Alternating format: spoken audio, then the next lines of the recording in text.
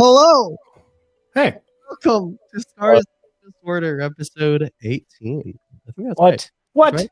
17. I think we're on episode 17, actually. I think it's 18. Really? I'm pretty sure it's 18. My notes say it's 18. It's 18.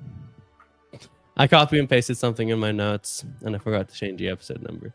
It's 18. You're so right. Is that an Obsidian? I did that all the time. I mean, it's dude, Obsidian, fantastic. Have I already shown you the like template I use for the exchanges for Avatar Legends? Yeah, I think you showed me. It's pretty. It's even better than what I did when I was using Obsidian. When I was look, GMs out there use Obsidian. It is Fantastic. Not sponsored. Is an incredible tool for GMs. Not We won't sponsored, sponsor. but if they want to. Asian product. I'll just keep saying nice things about it. Also, just for something we were talking about in the green room, Trash Island, Nick, is only 8,000 square miles smaller than Texas. Wow. I mean, that's a lot of square miles, right? So Texas is 628,000 square miles. Trash Island is 620,000 square miles. Okay. Yeah. All right. In context. Thanks for putting that in context. And that's really bad. But what you're saying is it's unoccupied and I can be king of Trash Island. You can be king of Trash Island. And I hope the first thing you do... nation of Trash Island. I hope the first thing you do is clean it up, man. Oh no, it's going to be dirtier. Oh no. Yeah, that's his running campaign. That's my running campaign. And I'm the good news about sauce. that running campaign is that nobody else is voting but me. So, well, I mean, you're a hard man to convince, though. So yeah. There's a balance. That would be if I didn't vote for myself. I can't in good conscience. You'd still win by default. I can't put that maniac in power. You're gonna have to talk about self-confidence with your therapist.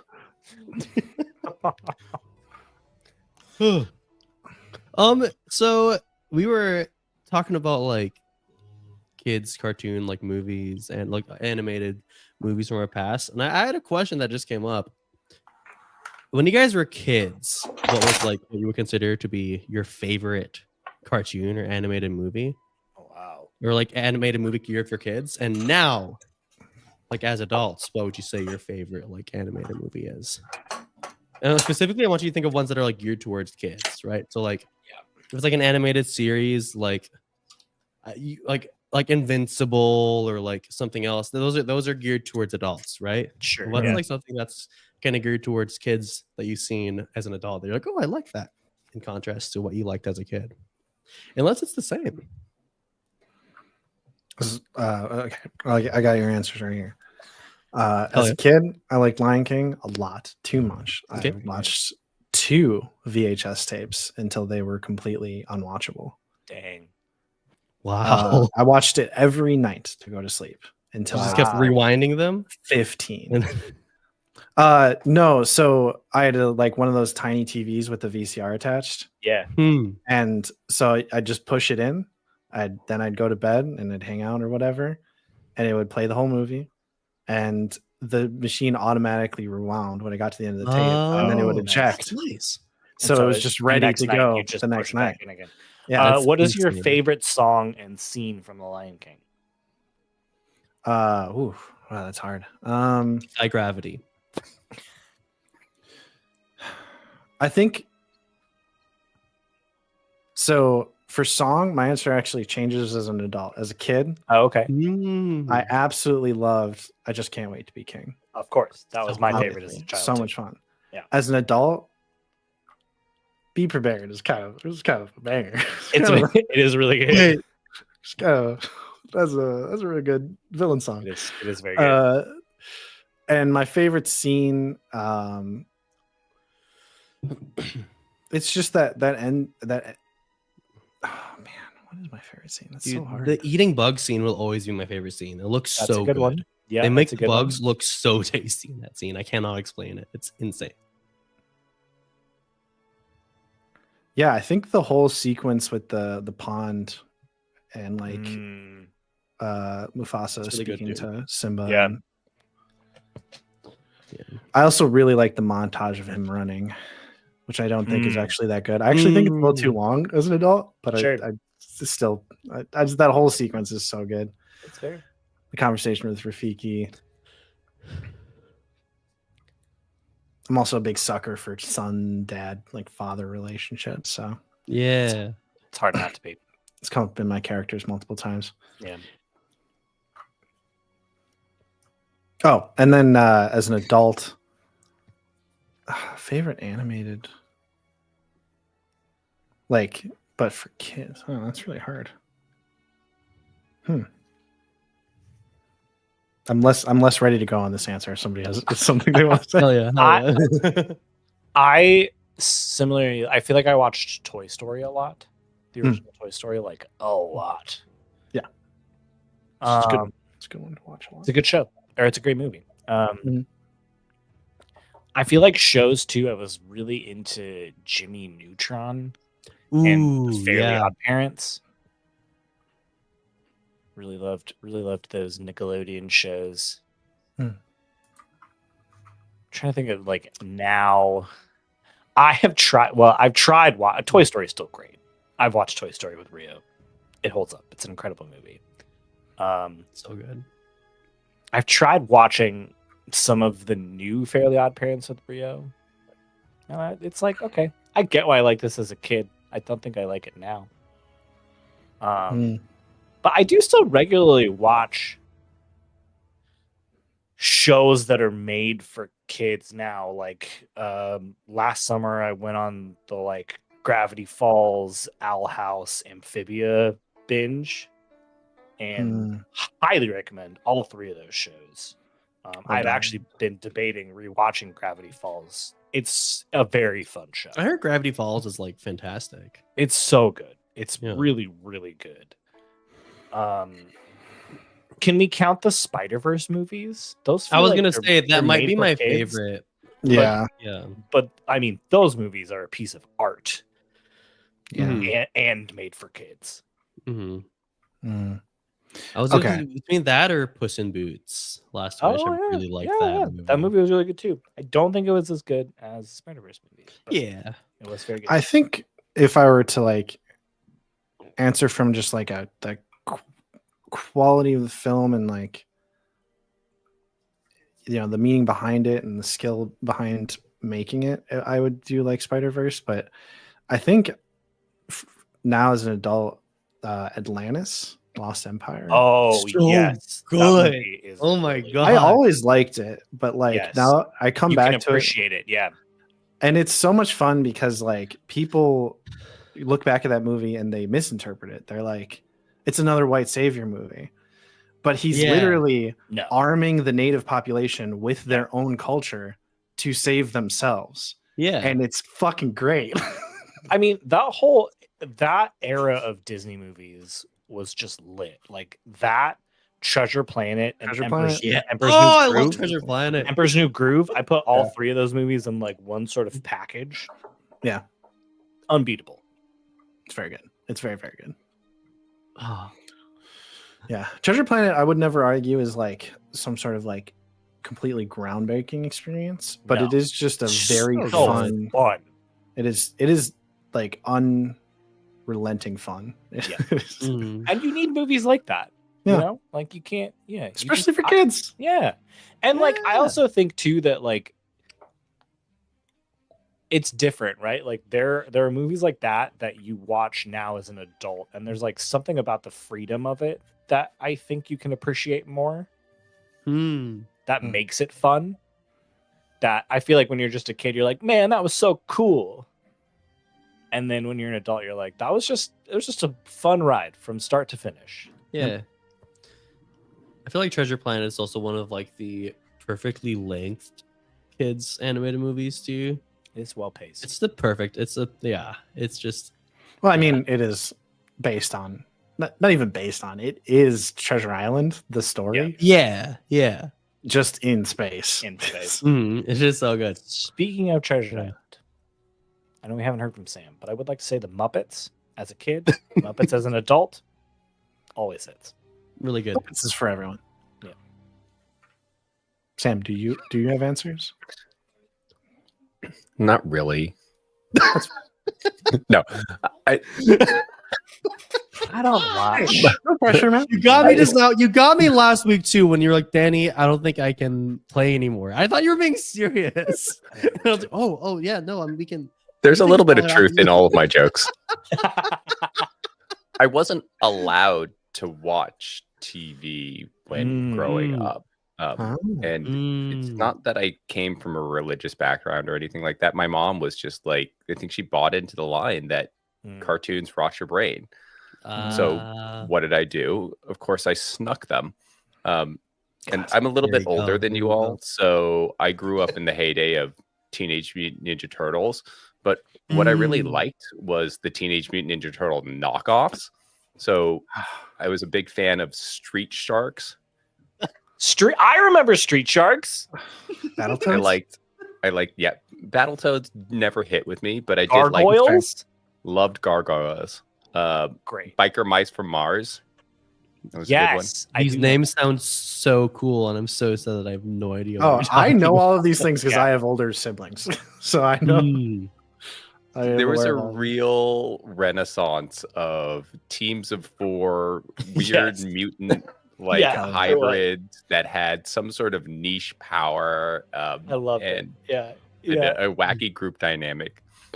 All the studios were like, you know what the kids love? Mutants. It's perfect. 4 of them, specifically 4 of them. 4 mutants. Weird humanoid animals. I mean, Gargoyles was its own thing. It had its own flavor to it.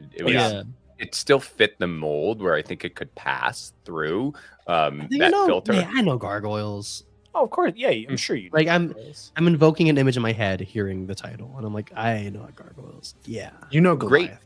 Great voice acting in that one. There's a lot of Star Trek crossover from those voice actors. So let's see. Another cartoon that was for kids, which I was obsessed with, was something called Exo Squad. It was like maybe 1.5 seasons, and it was about like a space battle between humans and their genetically modified creations called Neo Sapiens, who had been designed to do all the hard labor and then rose up and took the means of production for themselves. Hell yeah. That's fantastic. That's so dope. It's like from an adult perspective, it sounds great, but looking back, you are supposed to root for the overlords, and it's a little bit messed up. And then there's cool exosuits in that. So those were my cartoons that when my mom would get home, I would switch off the TV and then run out of the room and be like, oh, I was just leaving this room, as if she didn't know. I love it. I'm looking at Alyssa's comments. Of course, Avatar is a yes for both as a kid and as adults. Yeah. I think we can all agree there, since that's why we're sort of mentioning other things. Avatar, of course. Oh, animated Batman and X-Men. Well, specifically animated Superman, the animated series. Oh, I have watched some of that. Yeah. Oh, my brother and I were. I watched the animated Spider-Man. That's the one I watched. Yeah, that one was really inordinate fans. Yes. That's also part of the reason why we're just talking about movies now. Iron Giant hit so hard for me because of how it treats the Superman mythos. Yeah. I love it. I will always love them. It's good on its own, but the way it handles that is so good. It's how we should all treat Superman. I think we should play Avatar Legends now. Okay, that's fair. Nah, can we just keep talking about shows? We can talk about the second. Yeah, sure. I thought you were going to say we should play Masks. What if we played Masks instead? So we are going to be playing Masks on the Forge on Thursday. Well, we're going to create characters in Masks. Yeah, and a world. And a world, but that one. So tune in for that. Yeah. Tune in. Ooh, who's jamming? Or if you can't, Justine. Nita. After a hefty break from jamming, Justin will be. I have been. I do GM a D&D campaign at work. So I'm not at work. At work. Oh, Yeah, every Thursday we stay after work and. Oh, not on company time. I was really going to give you like the That's the dream. edge. I will not comment on if all of us are technically off shift or not. I love it. No further comments, Your Honor. Speaking of something that we were talking about that probably has to do with what we're doing in the fiction right now, previously on Scars of Disorder, What? the team successfully drove out Dweemang and protected the singing path from the definitely ghost his worst segue. I think I hit all the bases with it. Yeah, I'm giving you an great. F. No, Danny, that was incredible. I'm going to finish this recap that I wrote last week. The team successfully drove out Dweemang and protected the singing path from the ghost tigers. Not spiders, the tigers. But not without its setbacks. May is left reeling from her wound without any knowledge of the dreadful decision Teto made to abandon her. Teto, having to grapple with these recent decisions he's made, finds himself with some interesting artifacts. And some tensions seem to have risen between Haru and Ling. All's to say, a very eventful day for team whoever they are. And what perfect way to end the day's events with news of the location listed in the mysterious Sage Napper's letter, the Creeping Meadow Shack. You right there, Nick? I kind of really liked that, unironically, as a name for our team. Team whoever they are, because no one on this team knows. Team whoever they are, in parentheses, is that Haru? Is that Haru? No, it's not. It's not. It's literally not. Whoever they are. We don't know. Earth musician Haru.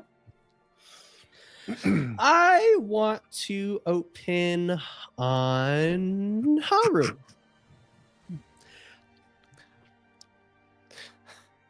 It's the next morning. You guys opted to settle down, let May rest up a bit. What are you doing? What are you doing? I think Haru is standing outside of the tent, waiting for Ling to walk out.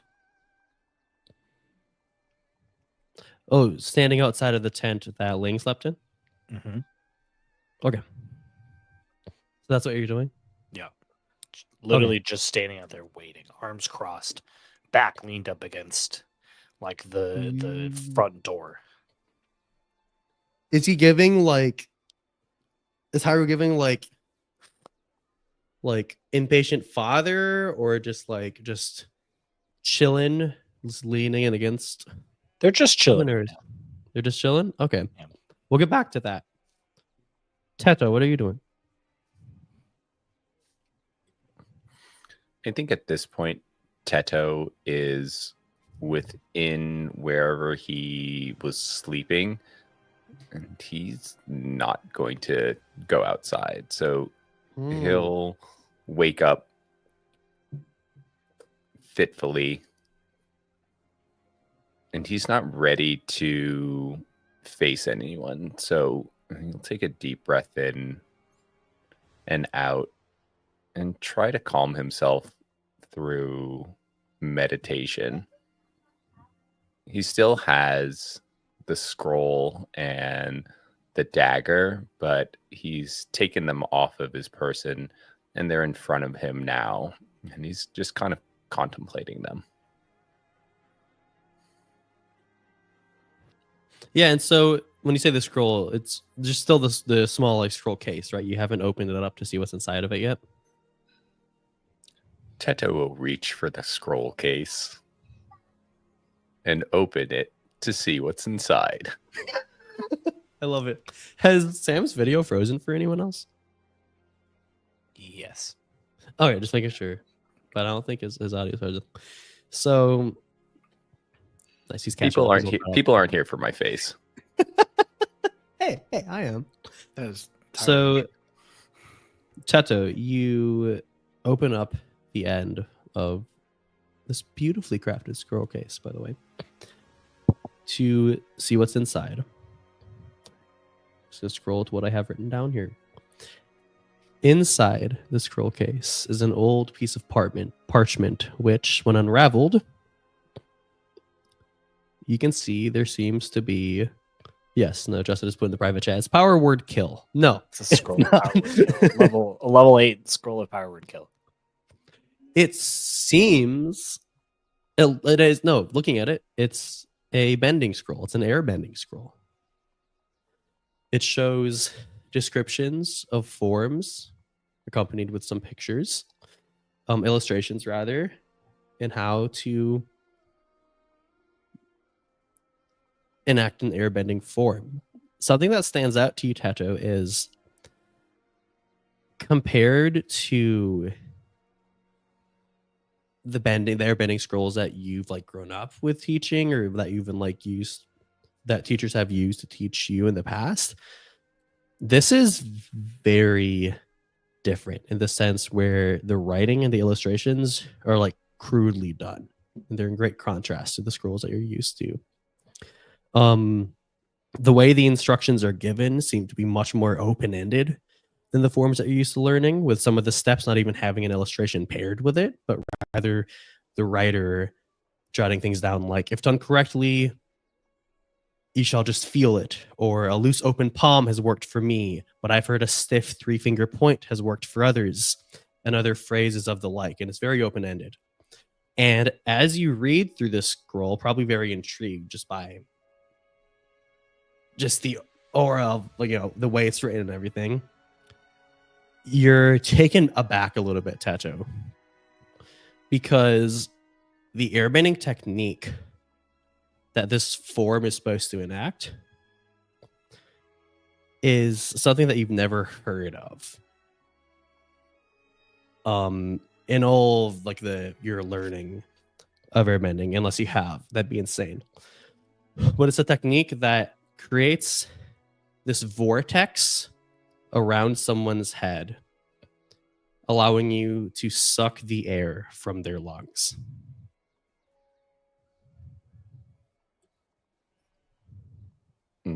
Teto will look at this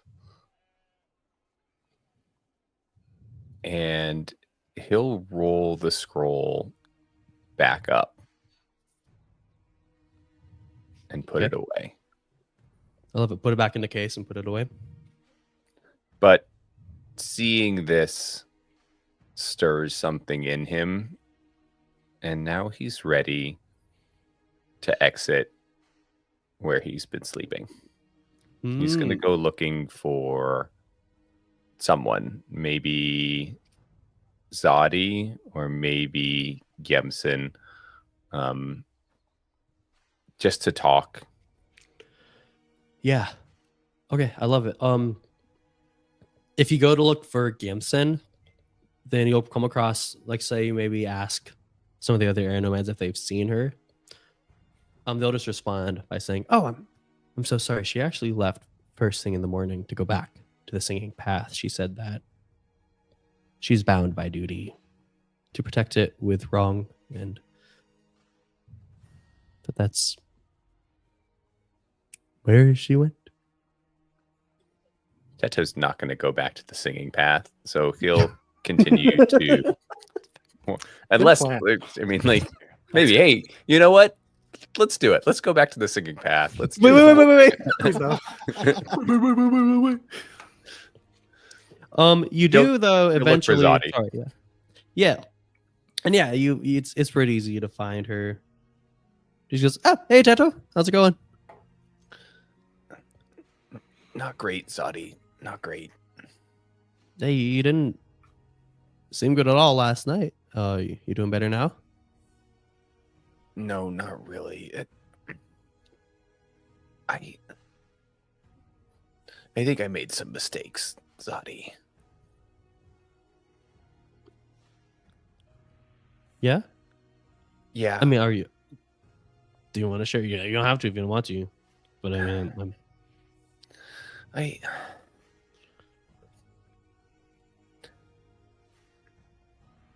I thought that I don't know what I thought. I felt pulled to find the center. I know that everybody has been talking about the center of the singing path, and the Balu spiral has sent expeditions down there, and Yemsen has been looking for it, and the ghost tigers who worship a spider were also in there, and when it came into view for me, I wanted to go too. And I made a choice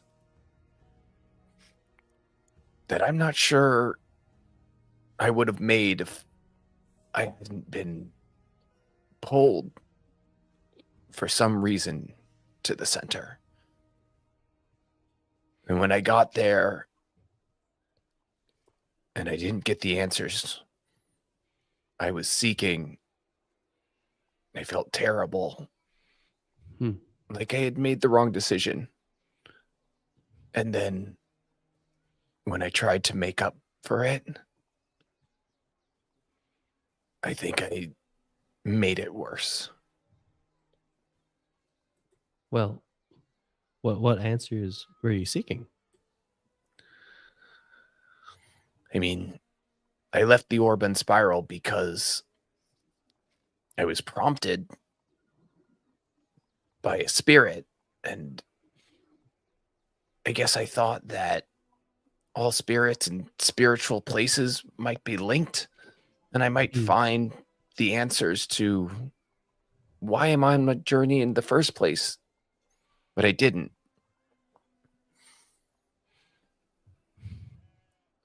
And so that wasn't satisfying. And to get to that space, I think I did something bad.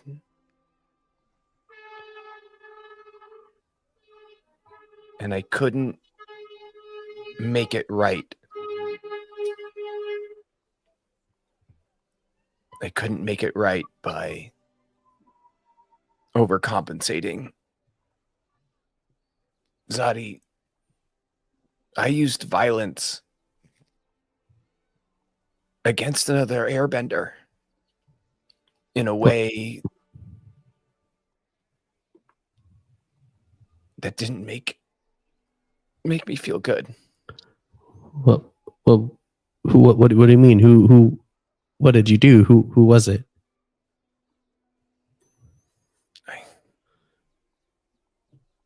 It was the leader of the Ghost Tigers. Zadi, I did something horrible to him. And it wasn't in the heat of battle. It was a conscious choice. I've been thinking in the recent days and weeks that I've been traveling with this new group of people that maybe there is something to using force to apply martial skill when necessary. Maybe there are some situations where violence is actually required for justice.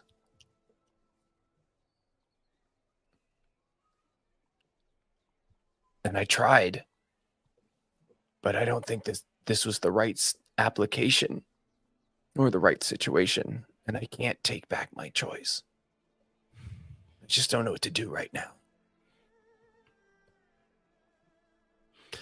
Teto, I think that it's a incredible responsibility having the power to hurt someone in the ways that you've said. And you said that some people have told you that, and you've been learning maybe that there is a time and a place for violence in order to protect, to keep sacred, maybe. And maybe what you did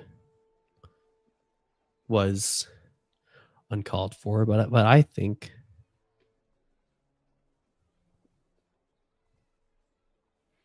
the fact that you're questioning this, that you're struggling with this, it might mean that you're on the right path. That you are, in fact, worthy to hold this kind of power. I mean, that's just me, though, man. I love hurting. I love beating a person up.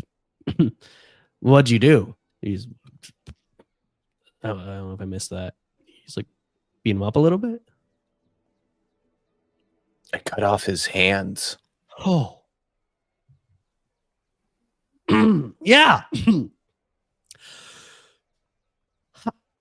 I'm not. Yeah, I mean, I think it's good. I think it's good that you're questioning that. Yeah. Thanks for listening. Yeah. There's like an incredible look of confusion in Zadi's face, and then she just pulls Teto in for a hug. Yeah, man. Oh, I'm here for you. And like, as the audience, we zoom in on Zadi's face, and she's just like, in her head, she's making a face of just like, what the? But you can tell she's like wondering, as an audience, you can tell she's wondering how you did in the first place, but she's not even gonna ask.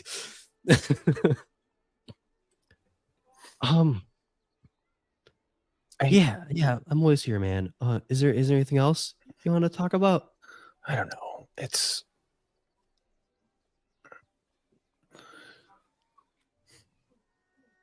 I think things are a little clearer after a little bit of space. Yeah, there might be a place for violence. But what I did was wrong. And I think what I need is to figure out how to maintain the ideals which I believe in and blend that with the realities within the world which I live. I don't think I'm ever going to do something like that again. But I do want to learn how to stand up and be able to protect what I care about and what I believe in. Maybe this is just the beginning of my journey.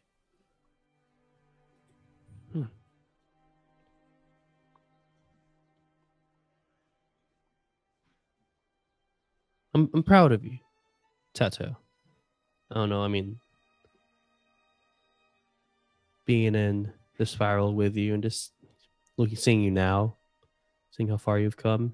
I mean, this might be a setback, but I can already see that you're learning from it and that you're growing from it. And I just want you to know that, all right? And I think Orban would be proud of you as well. Yeah, I'm feeling pretty heavy right now. Part of me just wants to laugh again. And with that, he's going to turn to Zadi and he's going to mess with the air pressure in her ears and say, "Gulpies." Oh, okay, come on, man. I forgot about those. I hate that. I absolutely hate that. But hey, and then all of a sudden you'll feel yourself slipped off of your feet and you'll see that she just quickly just bent the air beneath your feet to just make you trip and fall on the ground. And Teto from the ground will smile up at her. I love it. And then I think there's just a scene of Zadi and Teto just laughing and smiling. With just maybe if you zoom into Tetra's face, there's just a hint of something else, right? But I think that, and I think I'll add a little bit more flavor with the something else. Is that he did the gulpies thing on her, but in that moment, after seeing the scroll, it gives him a little pause. Hmm. And we can leave it there. Yeah. So we cut. And that's where we'll end for tonight. No, I'm kidding. We cut back to Haru. Haru, you have been standing in front of the tent that Ling was in for now what is like a concerning amount of time. You're like, is she just sleeping in? What's going on here? You cheeky little person. I'm actually kind of. An aeronomad walks by and goes, "Haru, are you all right? Who's cheeky? What are you talking about?" That was Justin. I know. I'll whistle up to the trees, so King comes down. And he lands on your shoulder. Every time he lands on your shoulder, he puts his hands on his hips and gives a little bow to whoever is watching, even if it's no one. Hey, King, quietly go in Ling's room. Quietly. Quietly, yeah. Make sure she's in there. He scurries down to the floor and does like the cartoon creep doing. with his hands in front of him. Scooby-Doo tiptoe. Yeah. And so these curtains are with like makeshift like leaf curtains they use as doors on these tents. He creeps over and slips between one of those. And a moments later, he comes back to you, looks at you, Haru, and goes as he shakes his head. Yeah, that makes sense. All right. Come on, we're going to get Tedo. And he scurries back on to your shoulder. And I'll go find Tedo. Yeah. Yeah, I mean, you're waiting there for a while. Teto, would it make sense for Haru and King to just find you and Zadi still talking or beating each other up? They're not hiding. I love it. Yeah, you just see. I think here's what you see. You see Teto and Zadi like messing with some of the air nomads who are manning the lifts. Like you see them like using their airbending to like you see Zadi using her airbending to like lift up his like robes over his face, so he like drops the lift a little bit, and it's just causing mayhem. I'll walk up and I'll be like, "Hey, watch this," and I'll wait till the like whatever they get in to like go up. I wait till it's on the ground and turn the ground beneath the lift to sand, so the lift like sinks into the sand. Oh yeah, I love it. It's like, we see you guys. I see you. Well, I'll duck under her. Teto at this point will go ahead and is there a rope that's holding up the lift? Yeah. He's gonna gale slice that rope and say, airbenders don't need lifts anyways. Yeah, I was wondering that. You guys don't get a lot of visitors too, so it did seem a little weird that you had that. You asked that, and they turn to next to them as several other of the air nomads are just carrying like much like hay bales, just like stacks of like leaves and like grass that they're gonna use to lift up there. And they're like, it's fine. We have another lift. Danny, I would like to use my bad habits move. One of my bad habits is vandalism and destruction of property. Yes. Yeah. And I'm doing this with friends. You are doing it with friends. You are doing it with friends. So, The shift best your way to get vandalism. your bowel ants. That's how it's written in your. And now I'm at sheet. 0 friendship, 0 survival. There you go. Right there in the you middle. go. Can't survive, can't have friends. So roll with 0 then. Sure, I will.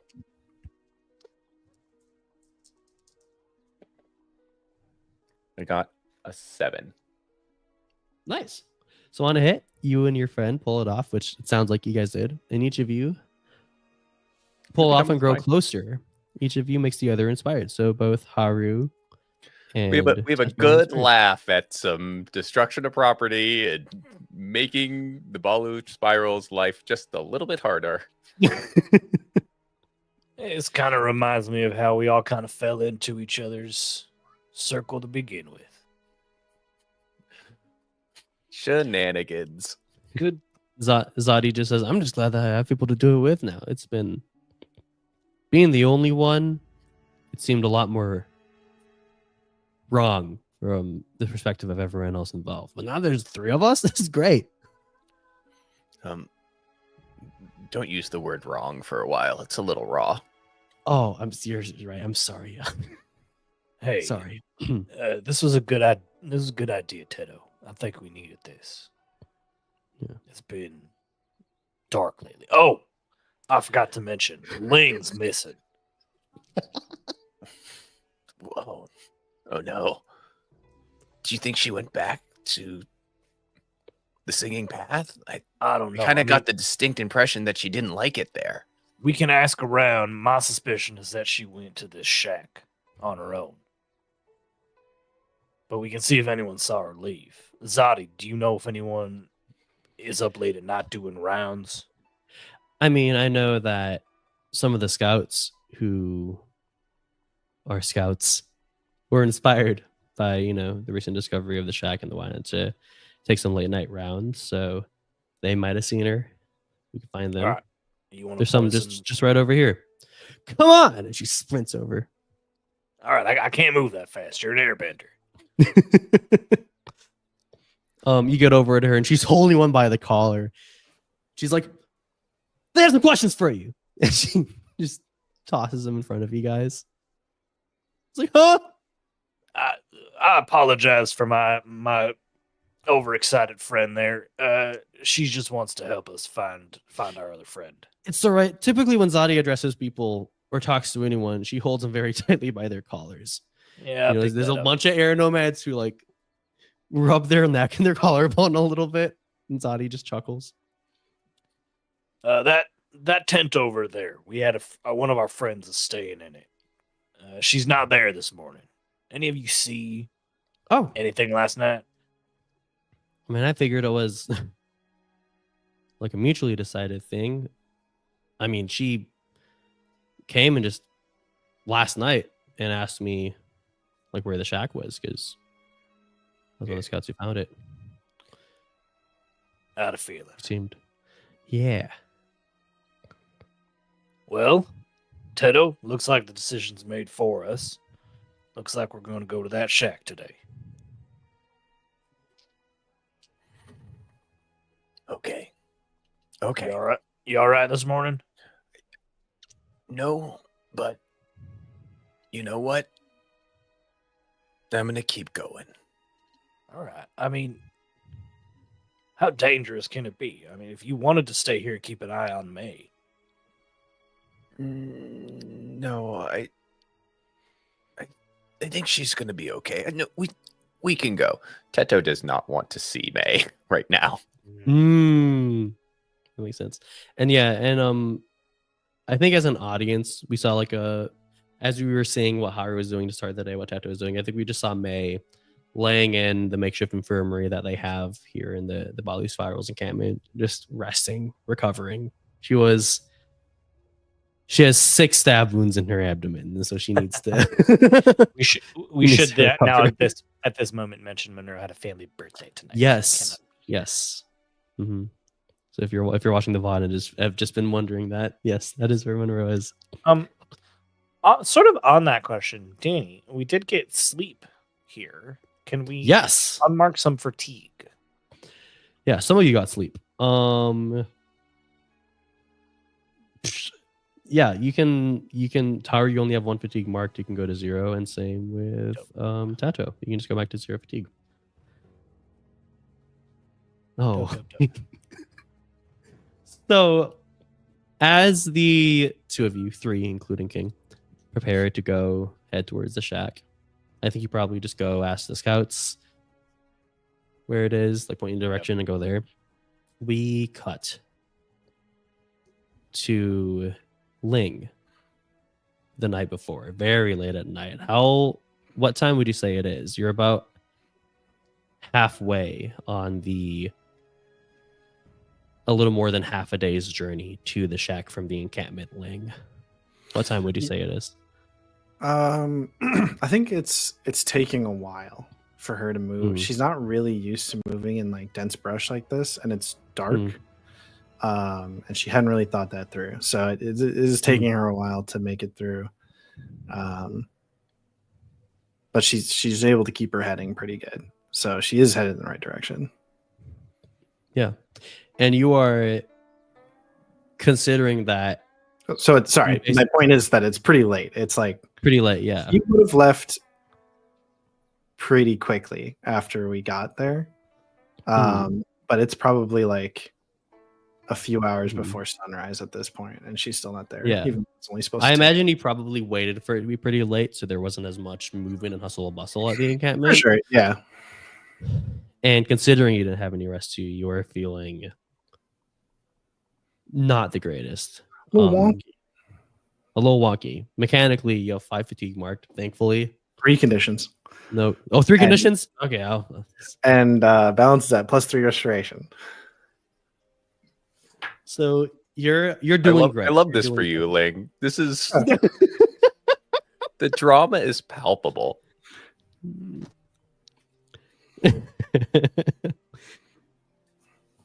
So yeah, it's pretty dark. You're traveling through the jungle fairly slowly, considering the darkness. It's a terrain you're not used to. And after a few hours, like a handful of hours of traveling, you find yourself getting a little cold. Probably pretty cold, actually. Well, actually, you're a Water Tribe's pirate. You're fine with cold. You're probably more comfortable now that it's late at night and it's cold. And so it's probably the only thing that has a semblance of comfort in this foreign environment that you're in.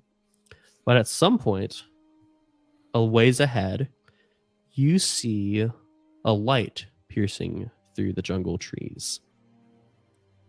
And upon a little bit of a closer inspection of this light, it seems to be coming from a campfire. Ling will get real low and very slowly approach the fire. As you approach, are you trying to be very like stealthy? Yes. Just I don't think you need to roll. I think you're fine. You see, yes, there's a campfire. Next to it, there's a small pitched tent. And sitting near the fire, you see Gio-san.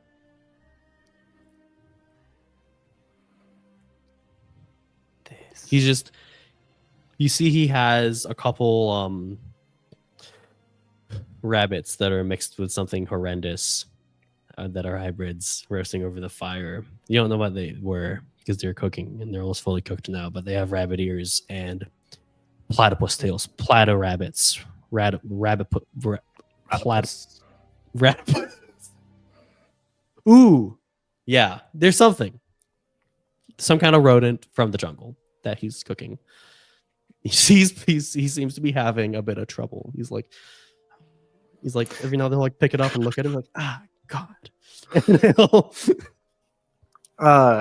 Ling like stops for a sec. Did this guy like he didn't betray? Is there some indication that he betrayed us? I thought that was the case. That is Haru's suspicion. Because while you were sleeping, Haru, Tato, and Mei had an encounter with Gio-san. And we right told you you guys that he was there. Yeah. And that he gave some sort of signal and a bunch of people started shooting stuff at us. Yeah. Nets. Yeah. Nets. Yeah. Also, in a previous episode, Ling called Gio-san attractive. Yes. I remember Yes, that. we do need. I knew that. You need to make note of that. I just That want to needs make be note of addressed. that. To be clear, And she he said is. he's just attractive. If this was like one of those like previously on, it would be like, you know, a few Mhm. episodes back we would show that scene. Yeah. Yeah. Of Ling and Jio-san walking in the impromptu parade that Haru had started. It just feels like love. So, is he roasting these He's roasting these like rodents that conies? look horrendous. Yeah. All right, horrific conies. And does he have like a water jug out? Yeah. He has water, probably either attached to his belt or just right next to him. Okay.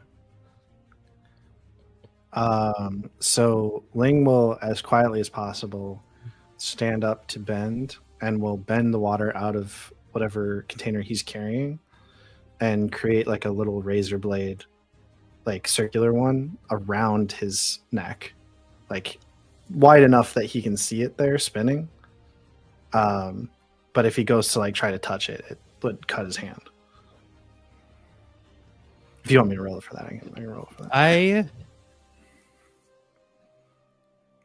I don't think you do, because you're not trying to hurt him, right? No. Yeah.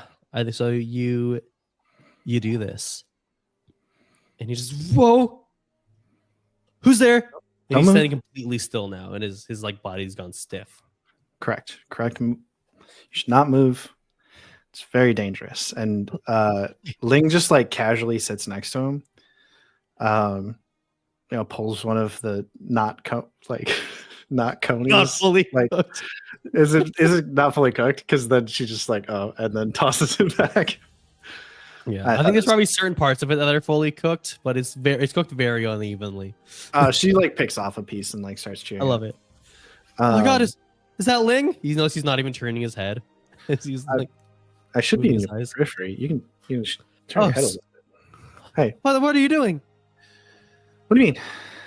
Didn't you like betray us? That's what I was What? told. Yeah, you like signaled the enemy, and they ambushed us. That's actually right after that is when I woke up, so I wasn't super aware of any of this. Yeah, that's actually kind of insane that you slept through all of that. I don't know I'm what pretty your sure I was friend- concussed, just to be clear. So You were what? concussed. I hit my head really hard. Oh, are you okay now? Yeah, that was like days ago. What? You're so right. Just Sorry. talk. Sorry, it's just a little hard with this. I don't know what your friends told you, but I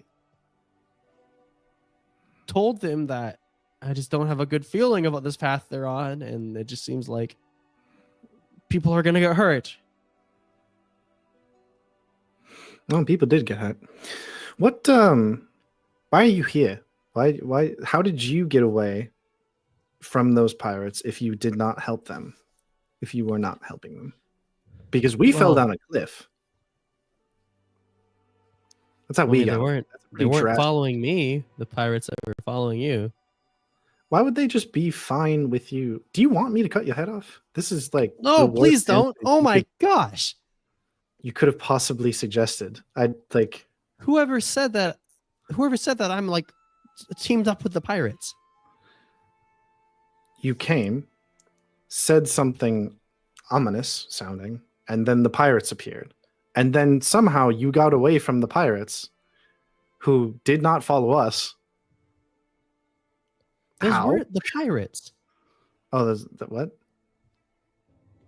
That attacked us when I was sleeping? I might have. Oh, is that what your friends told you? Who attacked us then? I know people.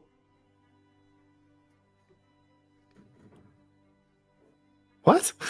What? I What? was- I have friends who, if I have the interest in keeping people safe, that they'll help me. And they were trying to help us? Yeah. But Harvard felt the need to landslide us all downhill. Yeah. I mean, you've seen Haru. They seem to be a little. What's that mean? I mean, some of the things that they decide to do when moments get heated are a little drastic, Ling. She like looks at the ring of water she is spinning around his head. Right. Yes. Drastic. I mean, y'all get along, so this makes sense. Yeah. Well, yeah, I guess.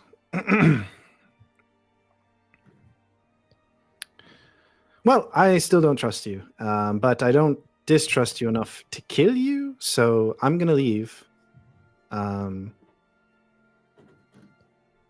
have places to go, so I'm not gonna tell you where because I don't trust you. Anyway, goodbye, Gio-san, if that is really your name. Okay. And it's gonna You still dropped be the- spinning. No, it's gonna still spin until she is too far to keep it spinning. As you're walking away, before you get too far, just notice like, Link, please don't go. Where? What? Why? Just When I get far enough away, the water will stop doing the thing. It'll be fine. Link, just please, just don't go there. Please. Why do you think you know where I'm going?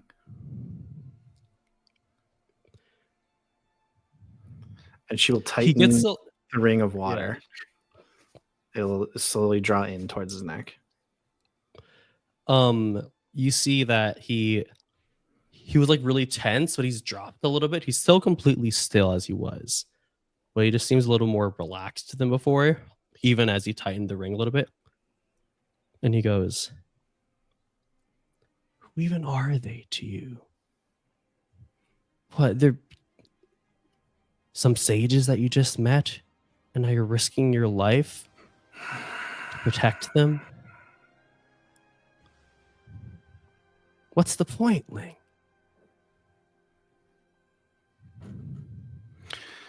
You know, I really, really wish you hadn't confirmed that you betrayed us.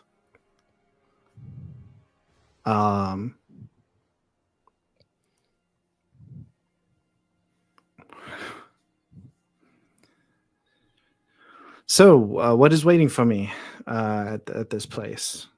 An army of pirates? Somebody who can blow things up with their mind? I mean, what does it matter? It's just going to be more just destruction, more pain. That's what life Yeah, is. if that's what you're asking, it's yes, but Life is destruction and pain and loneliness, and then you die. And that's Ling, it. but it doesn't have to be. Yes, it does. Who says? That's just what it is.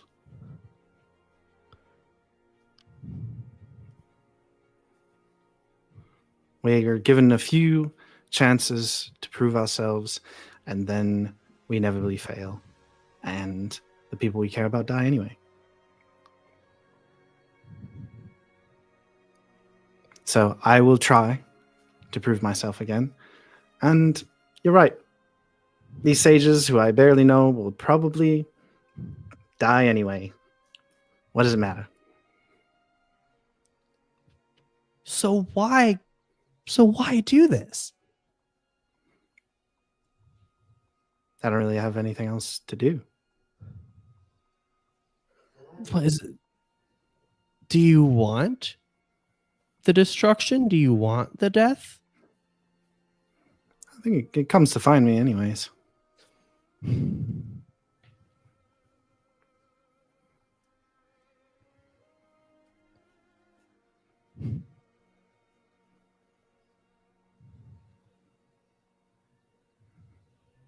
And now I imagine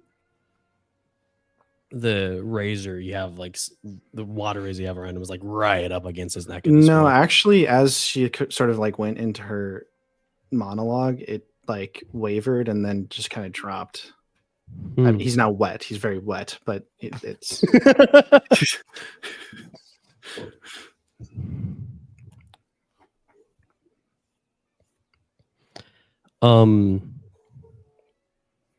He says,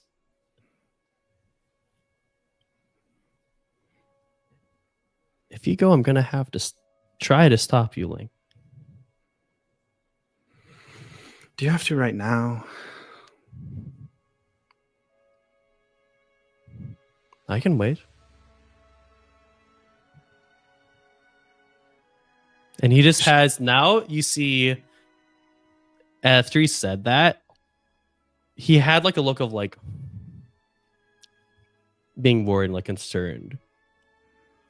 But as he said, like, I can wait, you saw this like look of like this hint of like excitement wash over his face. Ling goes to sit at the fire. So, where are you from? What is this? Or what? Do you want to talk and then what, fight? Oh, I'm just tired, and I wanted to pretend for a second.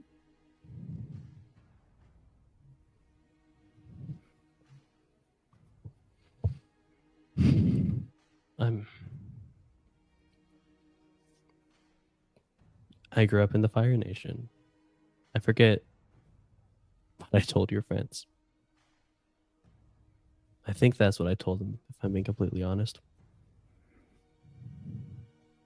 It's first. I am Ling Hrung of Nowhere. Formerly of the Fifth Nation, formerly of the Smiling Wolfish. Well, it's actually pretty funny, all things considered. Yes, it is quite the joke. Sure, there's members of my mother's old crew chasing after us right now.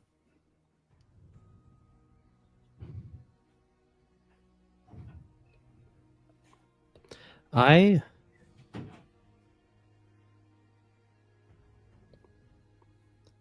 not, they're not my masters or anything, Ling.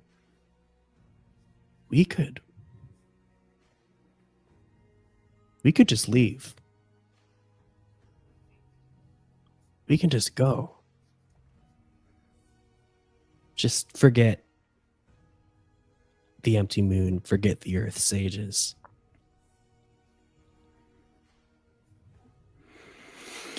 I don't know what's brought you here. I don't know what paths you've taken. But I know that there's no forgetting.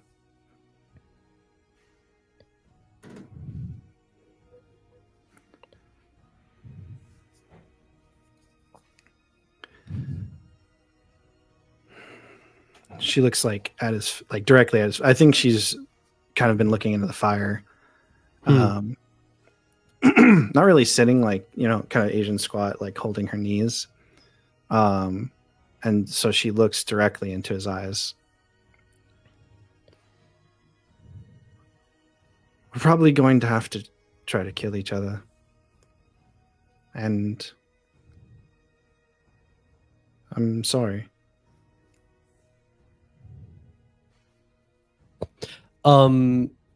He's looking right back in your eyes.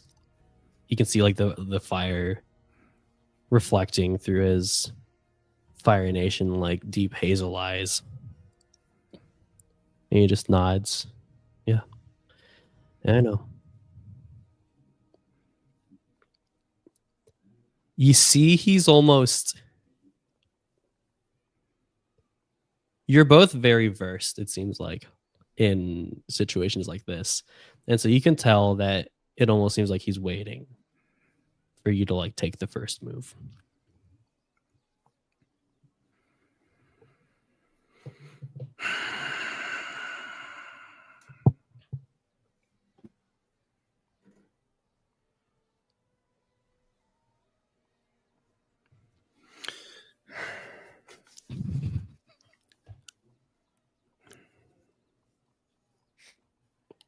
A game, then. Might as well have fun with it. So she stands. I'm going to head in that direction. And she points in the direction she was really going. If you take a move, that's your choice. I will kill you. Deal. Let's see who blinks first. And she starts walking. All right. You, as you get a little bit of distance away, probably just she will purpose. So he's wet with the water she spilled on him. She's going to like feel that water, and the moment he flinches, she's going to turn around and attack him. Yeah. Yeah. You feel him start to move. He's almost like he's starting to stand up. Oh wait, and I just realized that he could just be standing up. Does he stand up real fast? Like clearly, like no, he just stands up. Okay.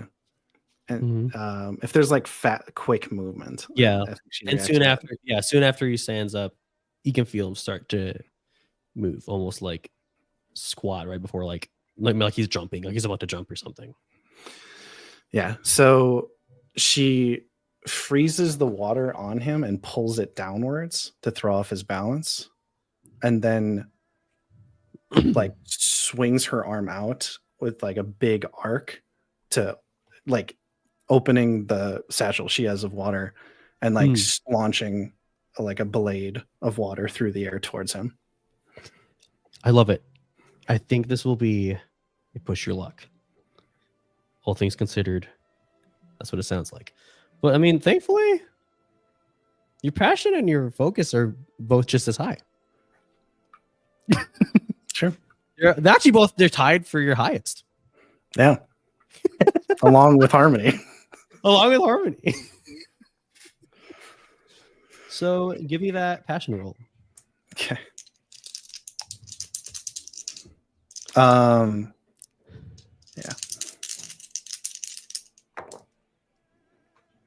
10. Nice. So on a hit, you do it by cost you to scrape by, but the GM tells you what it costs you. Nope, but on a 10, your bonus pays off despite the cost. So you want to freeze the water, pull him down, and go and slice at him. I think being able to slice is the bonus, because freezing the water to pull him down and slicing at him, that all seems like a lot to do. Yeah, right? That's a lot going on. Yeah, so I think being able to slice him a little bit, F him up a little bit, that's the bonus there. But what does it cost you to scrape by? Your life. Here it is. You do it. As you freeze the water and you slice the water at him, you put out the campfire as everything goes pitch dark.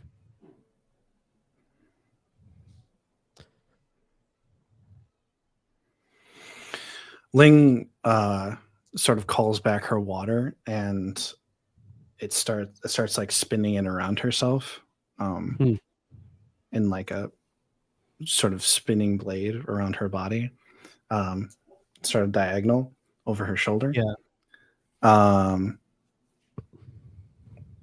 And is sort of like, making the hand motions to keep it going.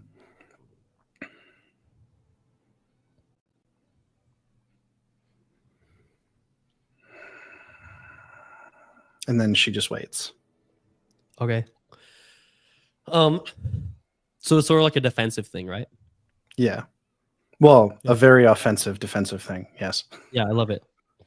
I think you see like a flash of these like a pair of like the flash of like fire beneath where Geosan was standing beneath his feet as he like jets himself up into the air into like the trees above. And Sam was just asking around what time this was. I think that the conversation that Geosan and Ling had around the fire went on for longer than I thought. There's a lot of pauses, lots of tension. Time flew by a little fast. And so like it's like almost hitting like first light at this point. Like it's still very dark because obviously the jungle has a thick canopy. But you see those hints of like that very faint, like grayish blue peeking through the cracks of the canopy. But yeah, so you see Ichigo-san like jettison himself up into the trees. So yeah, Ling is pretty familiar with like, you know, projectiles and trajectories. Could I launch another like blade of water expecting where he'd go? So like he just launches himself into it. I love it. That I like it. I mean, on pirate ships they shoot cannonballs at other ships that are really far away. They don't shoot cannonballs. They don't have black powder in this. In pirate ships, they launch icicles. Yeah, I think actually, I think being on the Smiling Wolffish and being about, you need to know like how like trajectory works and like because you're launching multiple different kinds of. I think I want this to be a rely on your skills and training. It's also just a like a ship thing, to be able, because you can't, like when you're aiming at a boat trying to get onto it, you have to go where it's going, not where it is. Yeah. 11. Beautiful. Real good. And you don't, I forgot to ask this about the last one, but that's okay. You don't have any conditions that affect relying on skills and training, right? No, you're not. I don't. I just realized I did have guilty, so that pushed my luck. Should have been a -2. It's my bad. So I think what I am just gonna do is I'm just gonna unmark the fatigue that I. Yeah, we'll say it missed. You know, the blade went out, put out the fire, but it missed. But you just seeing where he was when he launched himself and seeing the trajectory of that quick just blast, you quickly turn and look to like where you think he'd end up. And you just, what do you say? You just launch water up there? Yeah, another blade of water slicing through. Yeah, you launch it and you see your impact and like him like falling through the trees and like the brush and hit the ground somewhere in the distance. She's still like spinning what water she has like around her, and yeah. Tio-san, are you dead?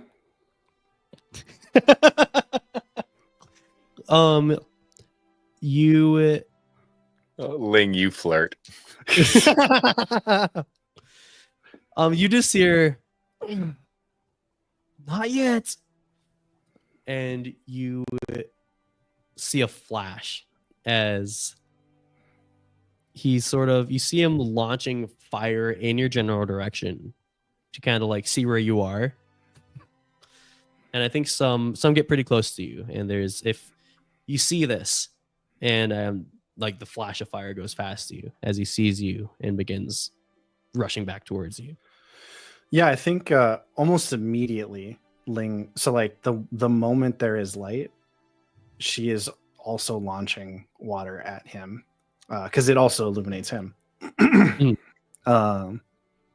So yeah, just immediately attacking again. I love it. It's weird for some reason. I'm taking open. It's an open table, especially with Justin or Pastor GM. I'm trying to avoid bringing this into an exchange. What do you think, Justin? It seems it could be appropriate.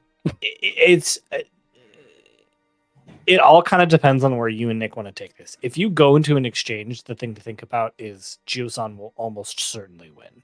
Just looking at exactly. I'm thinking maybe we can go into exchange next week, but I want to avoid doing that tonight.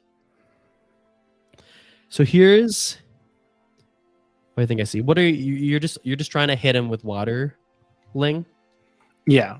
That being said, too, if this is like a fight, a fighting exchange is probably more appropriate than just going back and forth with basic moves. Sure. Yeah. Yeah. It's an exchange. I think especially now. I think in the opening you had an argument for a couple of like moves. But yeah.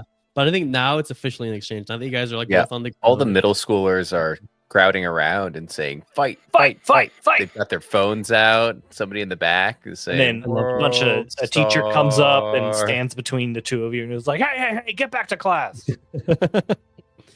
So let's move into an exchange. So the only two combatants are Gio-san and Ling Rong. So let's go ahead and let's move Ko, Avatar Kiyoshi, hologram of Zuko. Let's get all those out of there. What? I what was any of that? That's amazing. What? Just future NPCs. That's all right. Danny is ready for anything. Maybe they'll do time travel this episode. Zuko's saying, Uncle Iroh, help, Uncle Iroh. You're my only hope. What do you do, Ling? I should open up. Does Gio-san have a character sheet? He does. Going to advance and attack. I love it. I love it. Gio-san is defending and maneuvering.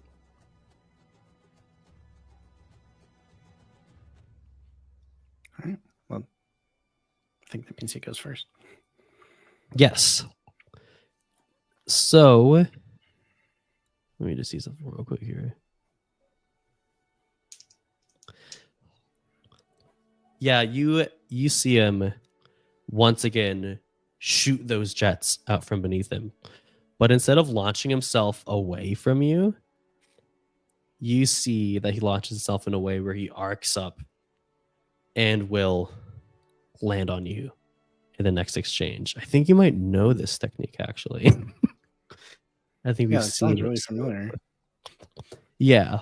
He basically turns himself into a projectile to launch himself up in the air and will land on you next exchange. That's what he does.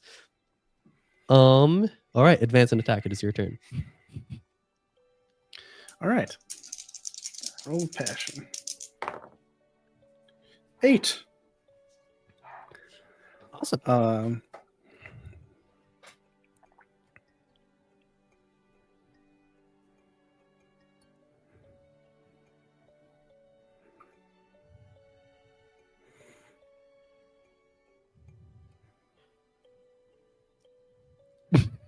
Yeah. Sorry. So, like, is he just moving, or is he like, is him coming towards me also definitely going to be him attacking me, or like? Yeah. So I think I'm just going to read you this move. He jets himself up in the air. He can either use it to disengage with someone, or to shoot himself in the air to re-engage with a foe at the beginning of the next exchange, becoming favored as he falls upon them. Okay. Then in that case, Ling will pressure. And I'm going to say he can't advance and attack. I love it. And she's going to do that by this time, instead of throwing out like a blade. No, actually, no. She, old tricks. She sort of sifts her weight so that the blade kind of like lines up differently and fires out a blade. It doesn't go anywhere near Gio-san, but it hits a tree above him, and a large branch comes crashing down on top of him to just completely, excuse me, ruin his like, coming at me. Yeah, I love it. So yeah, you do that, and he I think he lands like he like tumbles and lands like next to you, and you see he's like pissed off by that. He's like, whoa. Is there anything you want to try to do in exchanges? Yeah, I'm gonna try to use second chances. Wait! I'm doing something.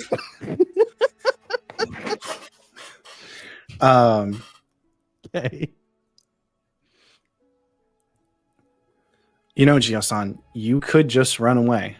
You said it earlier. You don't have to do this. And that's it. That's all. I roll with. All right. passion. Roll with passion instead of harmony. And also, you can shift your balance after this roll, even if you miss. I missed. I missed by a lot. So I'm going. ahead, I am Andrew. still shifting towards reinvention because that is what Okay. she was doing. You don't want to take yourself out. That's understandable. And go ahead and mark either growth or reconciliation. What's that miss though, Danny? I don't know, man. What's that I'll GM find out. move? I love it. He's gonna hurt me. So Bring in Kiyoshi and Ko and the Zuko. Bring them all in.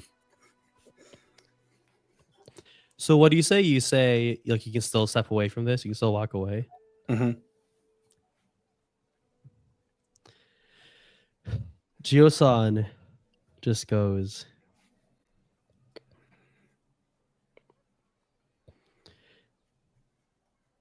You said it yourself, Link. The violence just finds us. There's no walking away from this. And I think you can see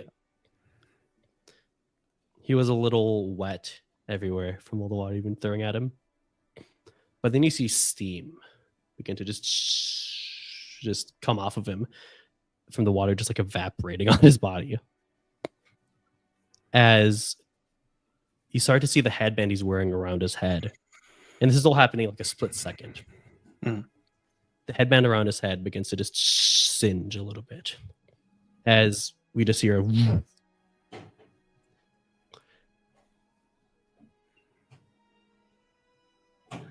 I think time's a weird thing, right? Time's a really weird thing. Who knows how long this exchange has been going on? So we cut to Haru and Teto as they just hear a in the jungle somewhere ahead of them. I mean, that was almost certainly Ling, right? I don't know how, but come on. I've never heard Ling make a sound like that. No, I'm not saying it was Ling. I'm saying whatever Ling's doing, probably. You not. said it was. Okay, all right. I think you're going to need to be a little bit more clear. All right. Something Ling did caused that to happen. Well, Wait, why are we talking about this? We gotta hurry. yeah, I'm already ahead of you. I can't run as fast. I'm not an airbender. I told Zadi that. I love it. So we cut back. Okay. There's some things I want to talk about with my players. Ling is a Obviously.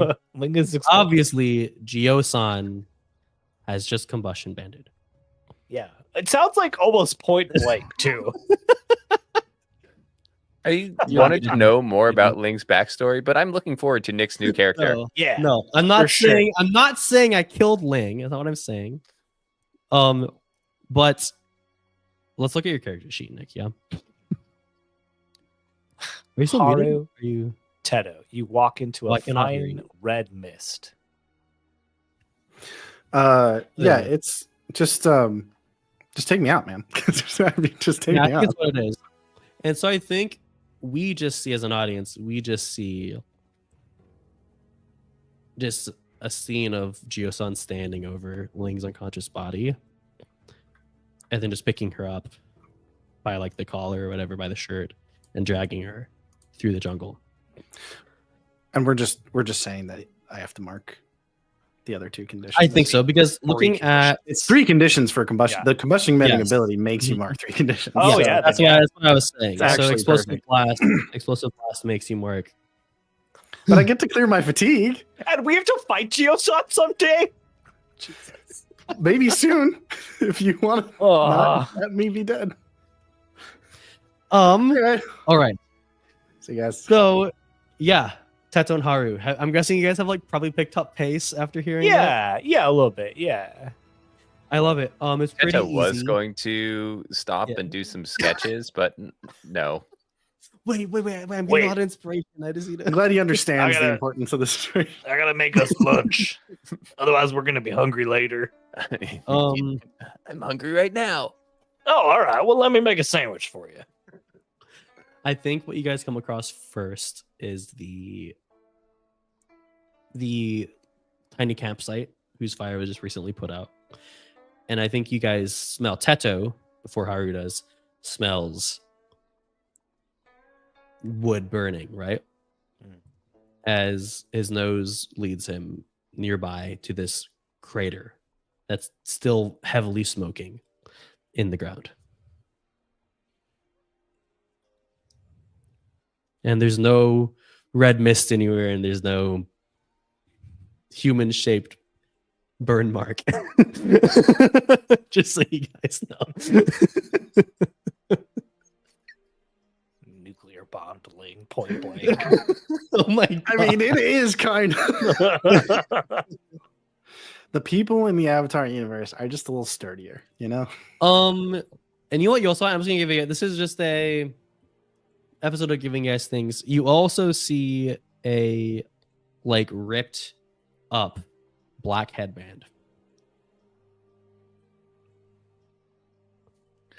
like either in or near the crater. Teto's gonna not quite pick up what's going on and be like, "Oh, Something happened here. Something big. Haru will come up at some point later. Teto. That doesn't look good. That looks like almost artillery fire of some sort. Some large siege weapon.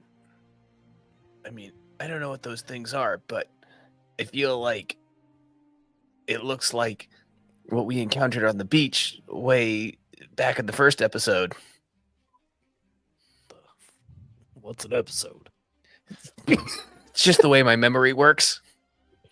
I categorize things in 2-hour chunks about a week apart.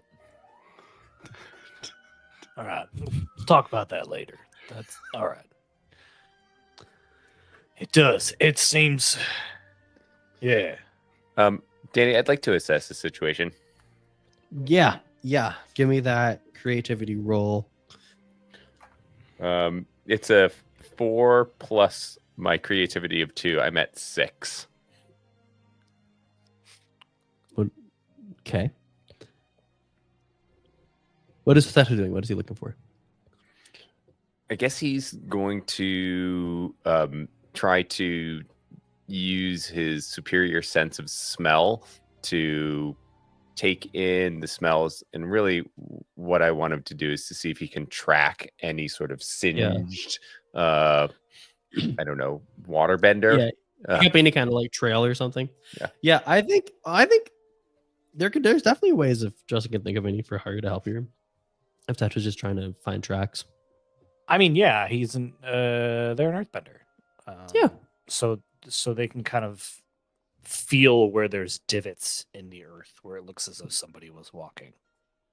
I love it. Maybe so go ahead. Yeah. So go ahead and mark that fatigue to help Haru. And Teto, you may ask one of the situation questions. Situation.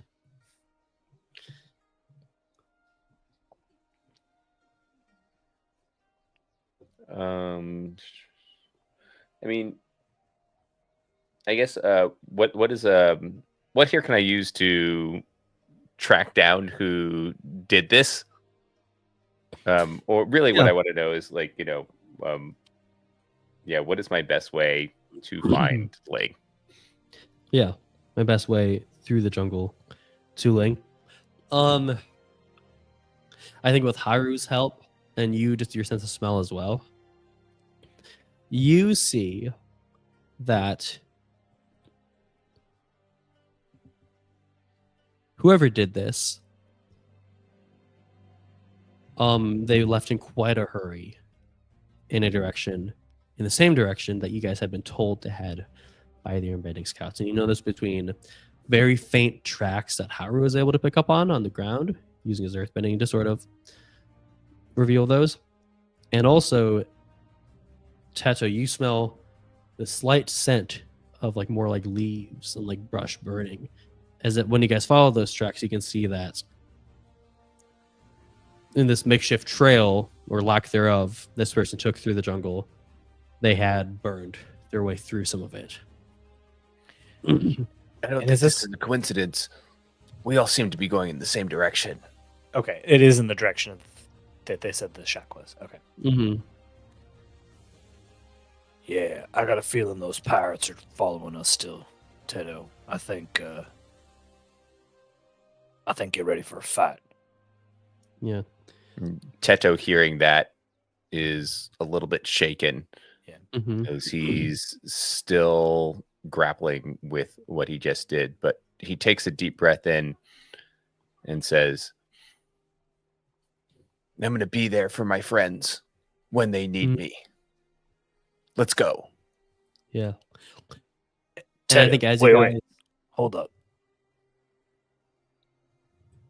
Do you have that sandwich? Yeah, I do. But we don't have time to talk about it now, so I'm just going to say this. Don't lose yourself. And the music, sorry. And Haru will start moving in that direction.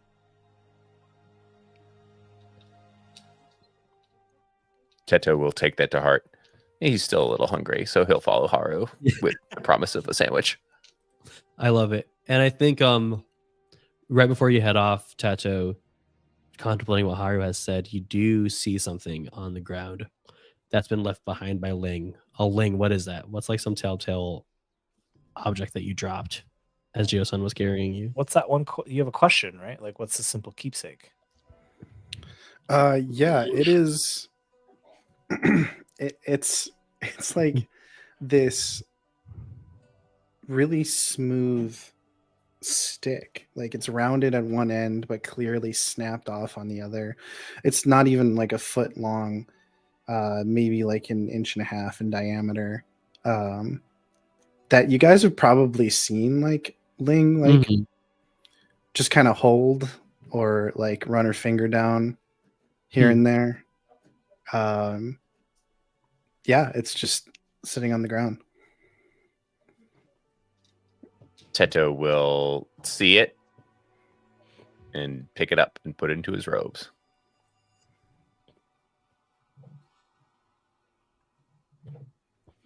I love it. So you guys begin to follow the tracks that you picked up on through the jungle. And I think eventually through the thick brush of the jungle in the distance, you do pick up what seems to be some kind of wooden structure. Is it in like a clearing? Is it in the middle of like the dense jungle? So if you do get a little closer, you do see that it does seem to be like white right in the middle of the dense jungle. And something that catches you by surprise even more is you can see that this house, this shack, has been partially split into two. Almost as if the jungle itself has like wrapped itself around it and pulled it apart partially. Hey, Teto, hold up. Let's see if we can get some eyes on this thing before we go rushing into danger. King.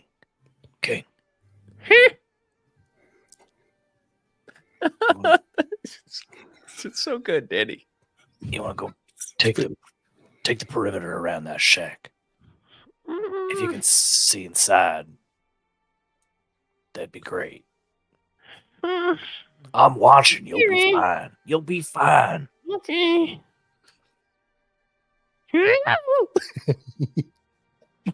Jumps off and starts scurrying through the jungle floor. You want him to just check the perimeter of the building? Yeah, and if he can like hop up and like look inside one of the windows, if there is a window. Yeah. It seems a little risky. And that's fine because that's the whole point. Roll you have, right? The best friend, yeah. Yeah. You have a roll, right? Yeah, best friend is what lets me push my luck with creativity instead of passion. Yes. So give me one of those. That's 10. Nice.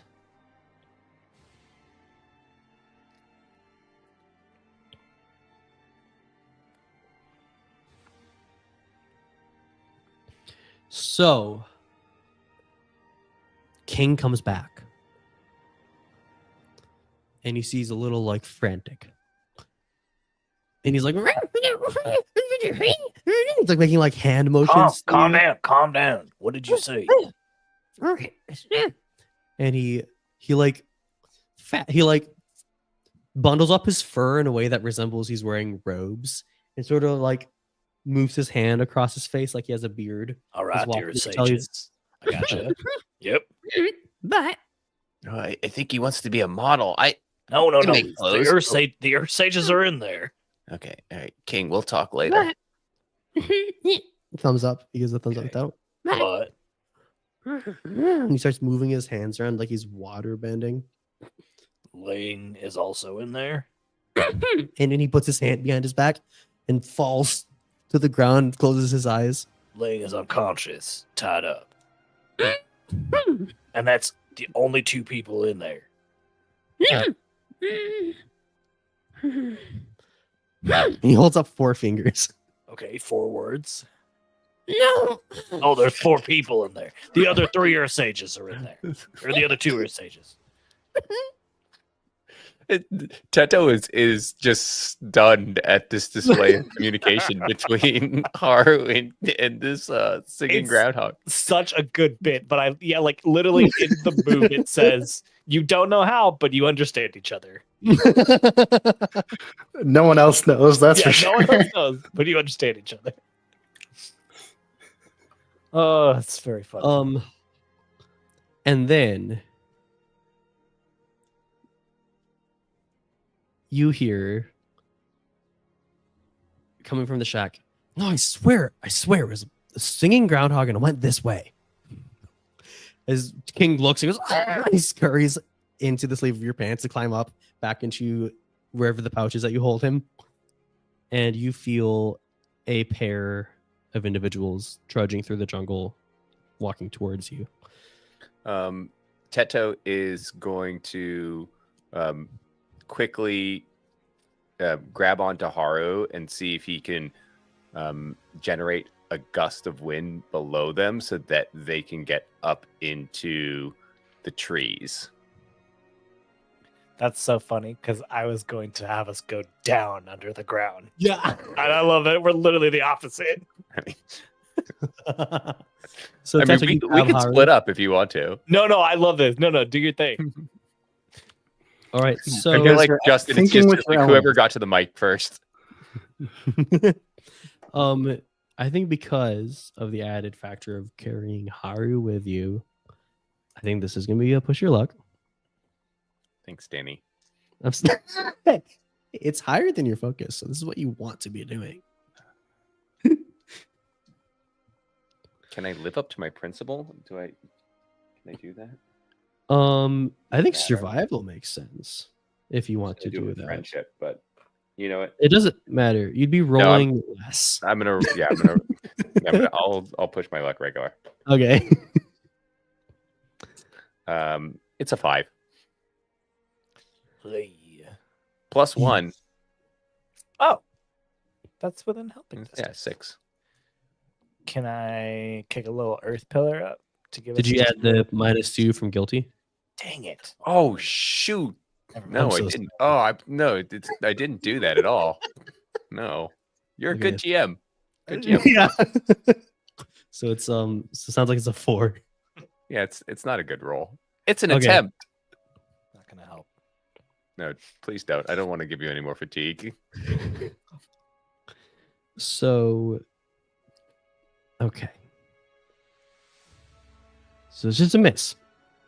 So what you hear is a familiar voice just saying, "No, don't investigate. Just..." As there's just an explosion right in front of you guys. Crap. And you guys are just launched in the opposite directions, side to side. Because it's not a direct hit, I just want you both to mark 2 fatigue. Okay. And if I refuse? Then mark 4 fatigue and a condition. Oh, okay. I'll just mark. Okay, yeah, that's good. Listen, or Danny kills your character immediately. And yeah, you guys are left a little reeling as A little reeling.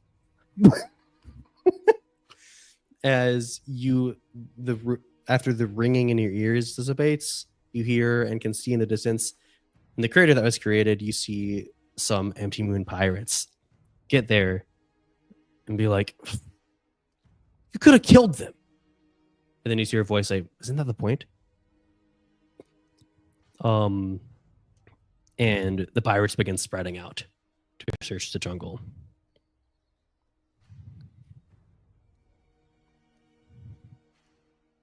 All right. But we're split apart now. We're right? split up. I know. I'm not talking. I'm just making sure. Yeah. All right, King, Tedo and I are going to have to distract him. I need you to go back in there. Free the Earth Sages. Free Ling. Got it?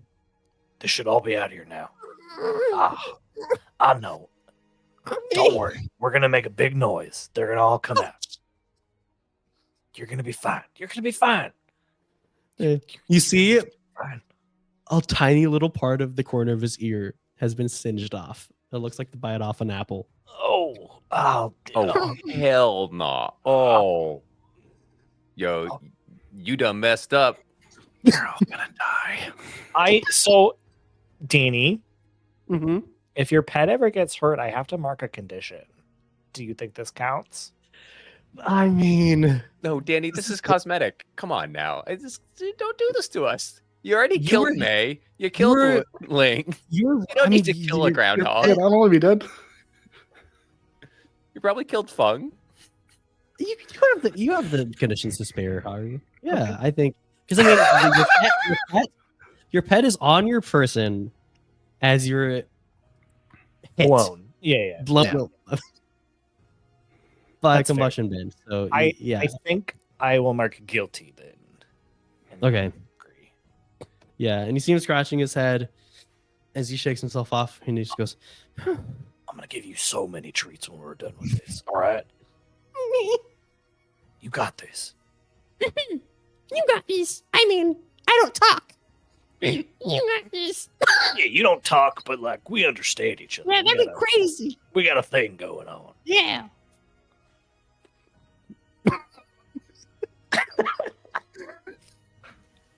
All right, go. "Master has given Dobby a sock."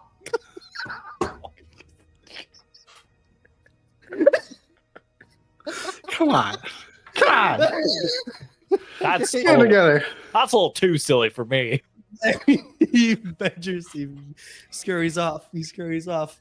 The tiny stream of smoke trailing from his ear. Hey, Tato. we're over here. Oh, all right. Yeah. Anyways, we got the Tacho. Tacho, you hear that, and I think through the thick brush you see that's caught the attention of some of the pirates. I'm not even gonna make. I don't think I'm gonna make just a roll for that, unless he tries to do anything more with that. What do you do, Tacho? I think Teto's gonna understand that Haru is creating a distraction. He doesn't know that that he sent King. So Teto is going to, in a burst of wind running, sort of arc away from the pirates and then see if he can curve around back towards the shack so that he can get closer. So he thinks that Haru is creating a distraction for him to get there. He's doesn't think of it as abandoning Haru. Yeah. Okay. I just want to make sure first, Justin, did you want to like make that a trick roll? Or is it I mean, more I mean, I do think I'm trying to get them to come towards me so that way they leave the shack. Yeah, I love it. So real quick, give me that roll with creativity. I'm pretty good at that. And I think this will inform what kind of roll Tetra has to make. That's an 11. Oh my god. Yeah. And you don't have troubled mark. I'm not troubled. You are good. I'm good. So pick 2. I'll have the tomato soup and the steak sandwich, please. All right, that'll be $6.89, and then you have to pick 2 Wow, of the options. what a deal! Goddamn Panera, always upping their prices for their pick 2. The shack is just Panera. It's canon now. It's an abandoned Panera. It's just Avatar Panera. This whole campaign is sponsored by Panera. Yeah, no. It's not. It's not. I think I'd like. It's definitely not. God, I would never give money. I'd like for them to overcommit, and I would like for them to stumble so I can take a +1 forward against them. Yeah, and I think what that looks like is, they all turn and like, oh, they're obviously both in that direction to start going, and you can tell the way they're just walking through this jungle. It doesn't seem like this is a type of terrain that they're used to whatsoever, right? It's very difficult for them. You can see. I've got more ideas, but if you want to swing the spotlight to Teto, I love it. Teto, give me a roll on your skills and training to sort of take the long way around and get to the shack. The shack. It's a 7. Straight up. All right, so you do it, but you just do it imperfectly. I tell you how your approach might lead to unexpected consequences. You can accept those consequences or mark a fatigue. So I think tell me real quick, what are you doing again? You're like, you said you're like taking a long way around. Yeah, he's just like get to the flank of the shack away and then curve in towards the side of the shack. So away from the action, but then curving back and looping back around. But he's doing it quickly with wind run. With the help of wind run. I love it. And as you're doing this a little bit more, as a little bit more of the shack comes into view, you see someone standing right on top of the shack. He sort of like has his feet planted on either side of the broken apart shack, just like standing in this wide stance, scanning the jungle. And if you don't mark a fatigue, Geo-san will spot you on your approach. I don't think I'm going to mark that fatigue because Well, wait, did we go over this? Did we make the connection that Geo-san was the combustion bender? I don't think you guys have yet. I mean, we don't have words for combustion bender. That's right. We would not know what that is. I just think then I think that Teto sees Geo-san, and the last that he had encountered him, he had heard the story about the weird encounter between Mei and Haru in the forest before they got into the creeping meadow. But you want to know what? Like, Teto wants to see the good in people. And so he'll see Geo-san, recognize a familiar face, and not quite know what to do, but he's going to keep going towards the shack. So I'm not going to mark fatigue. Okay, and you'll just hear, Teto, get out of here! as he just launches a pair of fire blasts in your direction. I don't think they. So here's what happens. They're not like direct impact, but like I think one of them misses you while the other nicks your foot, and just as like wind running, it just sort of sends you tumbling a little bit. So he wasn't trying to like make direct impact on you. He's trying to like stop you. And then Gio-san goes, Teto, just leave. Gio-san, I'm really confused as to what you're doing here. But did you know that our friends are in that shack? On the I other think side of the Ling shack. might be in there. Hey, Gio-san, I think Ling is in that shack. On the other side of the shack where the pirates are, he's like, "Oh, what was that? Did you say something?" Gio-san just goes, "No, just find him. Teto, can you Gio-san. please? Can you please just go?" And something that you notice on Gio-san that you haven't noticed before, you've only ever seen him with that black headband around him. Now that it's gone, you see tattooed onto his forehead this like deep, like maroon illustration of an eye on his forehead. Hey, Gio-san, you changed your look. Yeah, that tattoo, that's not a bad look on you. I kind of like it. If you don't want to know what it does, then I would leave right now, Techo. I don't think I can. Here, Gio-san, come on down here so we can talk. I'm gonna plead. I want him to come down here. I love that he was like, if you don't want to see what this does, to the one person who would definitely want to see what that does. It does something? Show me. Yeah. Let's see. Do you have any fun little plead moves? I don't think so. You do. You have wait, no, Roguish I Shard got now. Roguish Shard. Yeah, Yeah. here. I'll play that one out. That. Yeah. Gio-san, I do want to see it. That's really cool. I like that design. It's kind of inspiring. Like, again, very fashion forward. I think we can work it. Come here. Let's talk. I do want to use Roguish Charm. Yeah. So mark of fatigue. Okay. Roll creativity.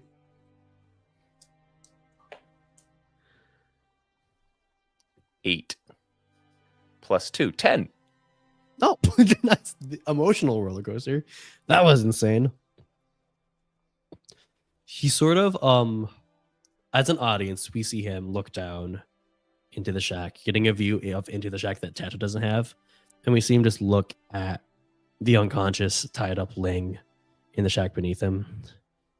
He turns around to see where the pirates are searching. He goes, Tato, and he jumps down and walks over to you, Teto. He puts his arms on your shoulder, hands on your shoulder. He goes, please just.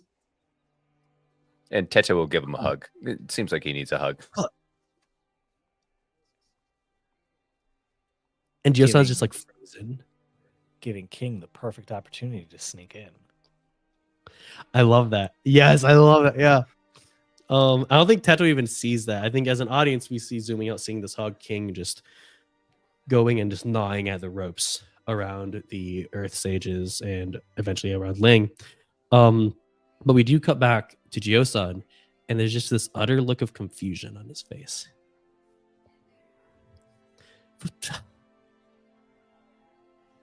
Hey, Gio-san. Yeah. Look, it seems like you've been through a lot. I'm not gonna lie, I've been through a lot as well, and it's gonna be okay. I'm saying that to you because I'm saying that to me as well. It's gonna be okay.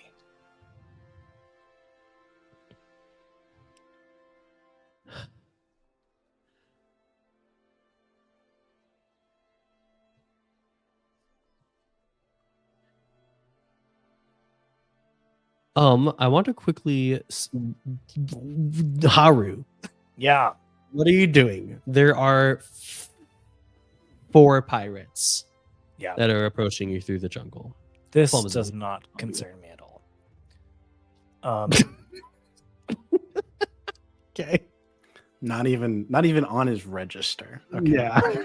Yeah, Don't you dare. Haru has killed more people in a group than 4 pirates. I mean, I think he just kicks up a sandstorm to give himself cover to move around and take out these pirates when they can't see him. That seems right up Haru's alley. Mm-hmm. And he doesn't have anyone else to worry about now, too. It's just him. And that seems, this seems like a rely on your skills and training, if I ever seen one. That is a 10. I'm rolling rocks tonight. Yeah. Haru, how does it look like when you just go full just predator mode on these 4 pirates? I have been picturing this scene since we started playing. Yeah. And I think it is very almost Assassin's Creed like, where like as the storm is surrounding these pirates, they're maybe starting to freak out. And then we just like the camera just cuts inside of the storm and we see Haru literally just like walking through the storm and knocking them out like one by one. Yeah. And I think as Danny as the audience is like, oh man, I wish any one of the other characters could see this, but it looks cool nonetheless for us audience. As it's like like I feel like those movies, you know, where like they'll knock out like one will go down and then you'll see the silhouette like walk from like the left to the right, and then like one of the pirates will like turn around, but then the one to the right is like knocked out. You know what I mean? Like that sort that sort of scene. I love it.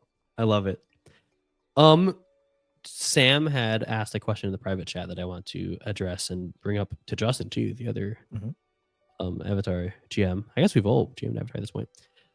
Is there how would you go about learning an NPC's principle outside of combat? Yeah, I mean, it seems like a basic move might work for that. Yeah. It seems to me that for me, for Teto, I can see a guide and comfort making sense. And depending on the role, depending on the role, we can see what happens. And I think what Sam has already established in the fiction makes sense for just a guide and comfort. So I don't think you need to establish anything more in the fiction. I think if you want to just roll a guide and comfort, Sam, for Teto to Gio-san. I do. I'd also like to turn it into a roguish charm because I am empathizing with him. Yes. Tell me if and I think the reason why I think Teto is going down this road is because he can see something haunted in Gio-san's eyes. He's looking different. He's got this new feature without the headband. He's in the middle of this place that Teto didn't expect him to be. And Teto is similarly is still grappling and still shaken. And he's had a connection with this person before back in the tea house. So he doesn't know what Gio-san is going through, but he can tell he's going through something. And Teto is made, he wants to be better himself after his recent experiences. And the way that he can start is by showing that compassion to somebody else, because he needs that compassion back. So that's what I'm going with. I love it. So give me that roll. Right. And obviously I've marked a fatigue to use roguish charm.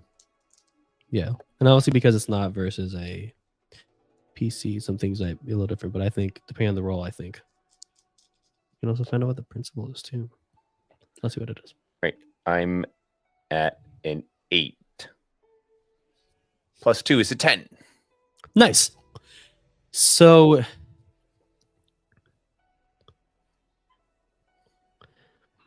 As you say this, you can see, Teto, that Jio-san, it seems like there's like this part of him that he like wants with like every bone in his body to like let out and show you. And you can see that part of him that he's like hiding away might even seem a little similar like to you, right? Like he's like, oh, this is like, I want to like accept this. I want to embrace this. But it is just so well hidden. You can see that he has trained for so long to like just be this person that acts as like this wall that he keeps up, right? And his principle is concealment. Conceal, don't feel. Don't let them know. I'm very curious as to what Justin is so surprised about, but I think making connections in my head. Then what happens is he just looks at you and like almost begins shaking a little bit. And you feel your arms just... It's okay. It's going to be okay. No. This is... He slaps your arms off of him and just launches himself up into the air. Hey. And Teto will watch him go and then redirect his attention back towards the shack. Kind of check his surroundings, make sure that there's nobody else around, and he'll kind of shake off that moment and go up to the shack. Yeah. You hear the faint like oh of like the Empty Moon Pirates in the distance, followed by the telltale sign of Haru kicking up a big sandstorm. That you hear that. And yeah, you go into the shack and you see that King has just finished biting off the binds around Ling. Oh, as you see hey there, little buddy. I didn't know you were in here.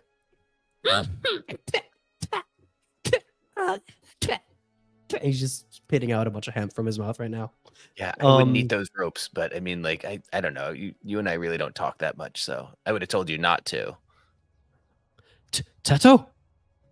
And you turn, and you see Feng, Mohen, and Rihu. Rihu? Oh. Feng. Other two are sages. Oh my god, I was incredibly worried when I saw Ling. I tried waking her up. She didn't wake up, though. Jio-san. I just saw him. Incredibly powerful firebender. What? I'm gonna kill him. Oh, okay. What happened? Hello. Where are we? Why? We're in a shack. Okay, I've registered that. Where? Hey, I think you found the Earth Sages. Good job. Oh, hello. Yeah, Ling, She's you notice she rolls over. Yep. Teto, can you untie me? Oh no, King has just gnawed off your binds. Oh, they are gone. Oh, yeah. Never mind. Mm-hmm. And I think at this, there's a really hungry point, hamster. Haru can get back at any point as well. Yeah, I mean, I'll just, if there's no one in the way, I'll just casually walk into the door. Yeah, you just walk past the groaning, just kind of beat up the groaning Empty Moon Pirates, like, unless you killed them all. You can. I did not. I promised. Okay, so I would not kill anymore. Yeah, so you just Batmaned them, and they will never be the same again. But they're still alive. As you walk past their groaning figures, and yeah, you see Teto standing above Ling, King, Feng, Mohen, and Rihu. Well, gang's all back together. I mean, good job, team. Yeah, except for May, but well, she's safe. She's fine. Yeah, she's fine. Did you guys know that? Be fine. Yeah. Did you guys beat Geo-san? I didn't see Geo-san. I did. It was really weird. He had an awesome tattoo. I'm thinking of getting one myself. Well, wait, no, I might be getting airbender tattoos. I haven't quite figured that part out, but head tattoos, I think they're in. You saw Geo-san? Teto, I told you not to trust him. He seemed conflicted, and you know what? I think I just had a soft spot for him. It didn't seem the right time to fight. I think Teto was right. I mean, I'm surprised to be alive. We were fighting to the death, last thing I remember. Oh my god, did he? I've seen him perform feats of firebending that I've never seen done before in my life. Well, his head started to glow, and then I think I felt and or heard the loudest sound I've ever felt and or heard, and then I felt darkness and nothing else. Did it sound like what we heard on the beach? When Teto and I we came up to a campsite and saw a crater of an explosion. Yeah, I assume that was where he. I'm still blown away that. I mean, I was literally blown away, but I'm still very confused as to why I'm alive. We had pretty much agreed, gentleman's agreement. I'm not a gentleman, but like as they say. Regardless, sorry, are you saying we think those explosions came from a person, and that it's Geo-san? I am saying they did come from a person, and it was Geo-san, and specifically his forehead, I think. Wow, that must really complicate your relationship. What relationship? He kidnapped Killer. me. And we were fighting to the death. Although I do kind of see Teto's point about him not, being conflicted, because we did definitely agree that we were fighting to the death, and he did not kill me. I think he likes you. Maybe. Glad to be alive, I suppose. I think we can use that the next time we see him. Take him out ourselves. Well, maybe. We can talk about this later. Let's get the Earth Sages back to the spiral. Sure. Fung, how's your arm? It's actually feels great now. I've been asleep a lot. My hands been tied around my back, and it's a little sore maybe. I've been just laying down for several days. Yeah, that makes sense. Sorry it took us so long. Sometimes I guess it's rest only is been the like best healer. it's been like what, It's only 3 or been 4 like- days? Yeah, 3 days? Yeah, like 3 days. Yeah, so yeah, man. Still a long time to just be laying down for, but maybe I needed it. Sorry. Thanks to the empty moon, right? Sorry it took us a little bit. It's all right. We can head back. I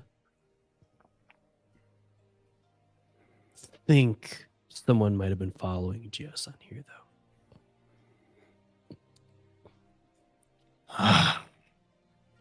All right. Yeah. And Haru will you just didn't- walk out the front door. Okay, yeah. And Haru and Fung explains as Haru just walks out. Even further, he goes, "Yeah, he wasn't technically ordered by the Empty Moon to kidnap us, is what we found out. But yeah." And I think Haru, as you walk out, you just hear in the distance a voice shouting a name. And the voice sounds very familiar. It's the deep voice of Homai, that big grizzly first mate of Palrock. And he seems pretty far away, and also from the thick jungle. It's kind of hard to pinpoint where it's coming from. But you hear him just shouting the name, Sarvak! Sarvak! Sarvek. Mm-hmm.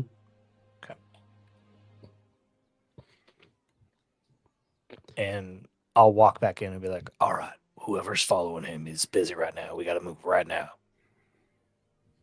Lane, you good? I'm absolutely fine.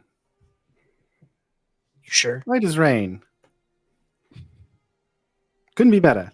All right. I realize I'm probably being too much. I'm fine. I'm a little embarrassed. It's all right. Tedo and I were worried about you. I apologize. All right.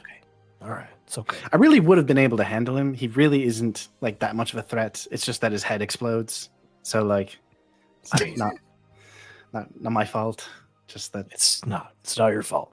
You I did the really best was you about could. to beat him, and then I offered him a chance to live, just run away, and then he blew me up. Hey, next time, let's do it together. Well, I wasn't trying to go to fight him. I just wanted to scout. I just couldn't sleep, and Okay. All right. As you guys leave the shack, make your way through, kind of avoiding the what's now been revealed to be, from you hear more voices, like a pretty large like squad or platoon, whatever, of the Empty Moon, along with Homai. And as you guys are running with the Earth Sages and Ling in tow, before you leave the quote-unquote clearing that became not a clearing that the shack was in, you see in some of the trees outlining the clearing. Haru, you're the one who picks up on this. You notice little glints of something shining on the trees. As you're just running through, it looks to be tiny shards of glass that are riddled in the trees. And as you're looking at this shard of glass, you see running in front of your vision is Feng. And he catches you clock that glass in the trees, looks at it, and just looks ahead and just keeps running. And we'll cut there.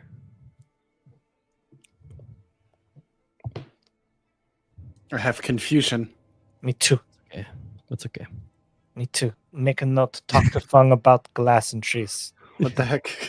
The heck is going All on? right. Your cliffhangers made them change their accents. It's just how confused we are.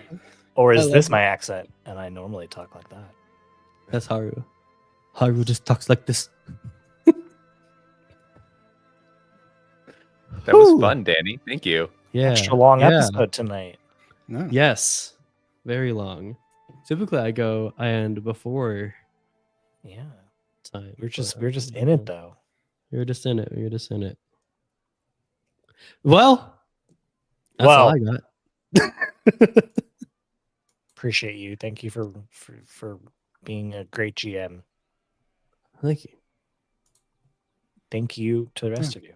It's good stuff tonight. Thank you guys. Yeah, it was good. Yeah. Just the usual. Yeah.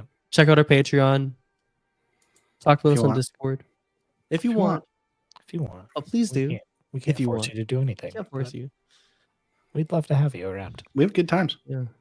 We think so. Yeah. And with that, Bye. bye. See ya. Later, cat gators.